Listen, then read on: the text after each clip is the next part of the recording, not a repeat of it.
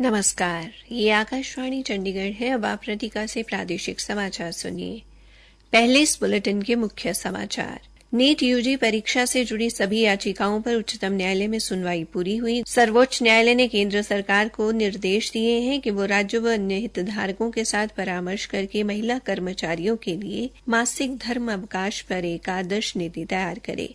हरियाणा के मुख्यमंत्री नायब सिंह ने अंबाला, हिसार, फतेहाबाद जिले में सीवरेज के ढांचे को मजबूत करने और पेयजल आपूर्ति में वृद्धि करने संबंधी 340 करोड़ रुपए से अधिक की परियोजनाएं स्वीकृत की। पिंजौर के नौलटा गांव के पास हुए बस हादसे में घायल 10 लोग उपचाराधीन, बाकी को अस्पताल से छुट्टी दी गई। और हरियाणा सेवा का अधिकार आयोग ने उत्तर हरियाणा बिजली वितरण निगम के सोनीपत कार्यालय को अपने कोष से उपभोक्ता को 5,000 रुपए का मुआवजा देने के आदेश दिए।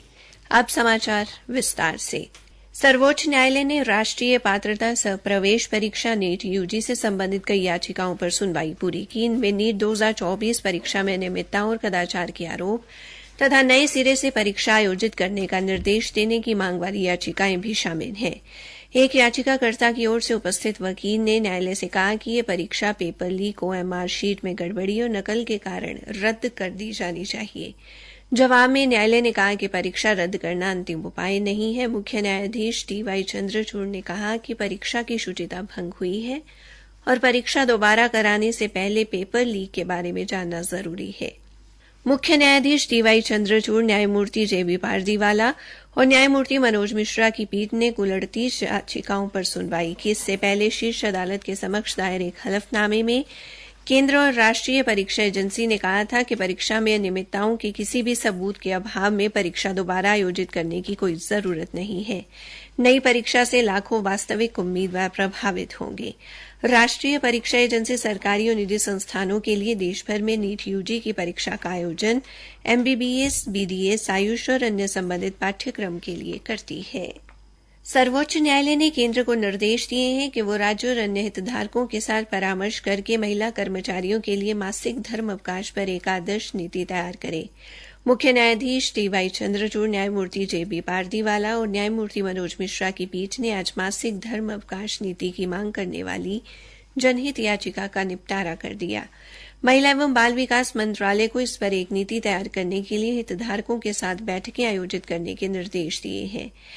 पीठ ने कहा है कि नीति से जुड़ा ये मुद्दा अदालतों के संज्ञान का मुद्दा नहीं है। महिलाओं को ऐसी छुट्टी देने पर अदालत का निर्णय प्रतिकूल और हानिकारक साबित हो सकता है, क्योंकि नियोक्ता उन्हें काम पर रखने से बच सकते हैं। शीर्ष अदालत ने आगे कहा कि ये निर्देश राज्य सरकार को मासिक धर्म अवकाश की नीति पर स्वतंत्र निर्णय लेने में बाधा नहीं बनेगा।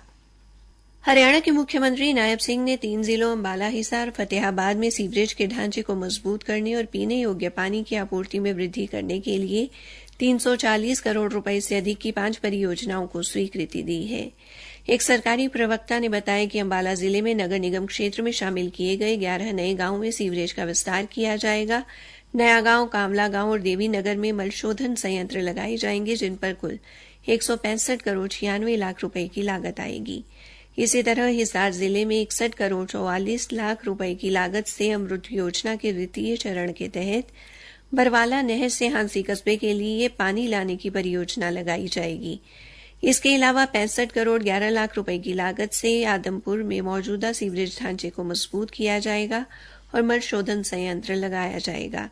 इसी तरह फतेहाबाद जिले के जाखल कस्बे में पेयजल आपूर्ति में वृद्धि के लिए नई जल आपूर्ति पाइपलाइन परियोजना प्रस्तावित है, जिस पर 7 करोड़ रुपए की लागत आएगी। जिले के रतिया कस्बे में 40 करोड़ 88 लाख रुपए से अधिक की लागत से जल वितरण के लिए पाइपलाइन बिछाई जाएगी, पुरानी पाइपलाइन बदली जाएंगी और पंप लगाए जाएंगे। हरियाणा के लोक संपर्क मंत्री डॉ बनवारी लाल ने आज पलवल में 1 करोड़ 6 लाख रुपए की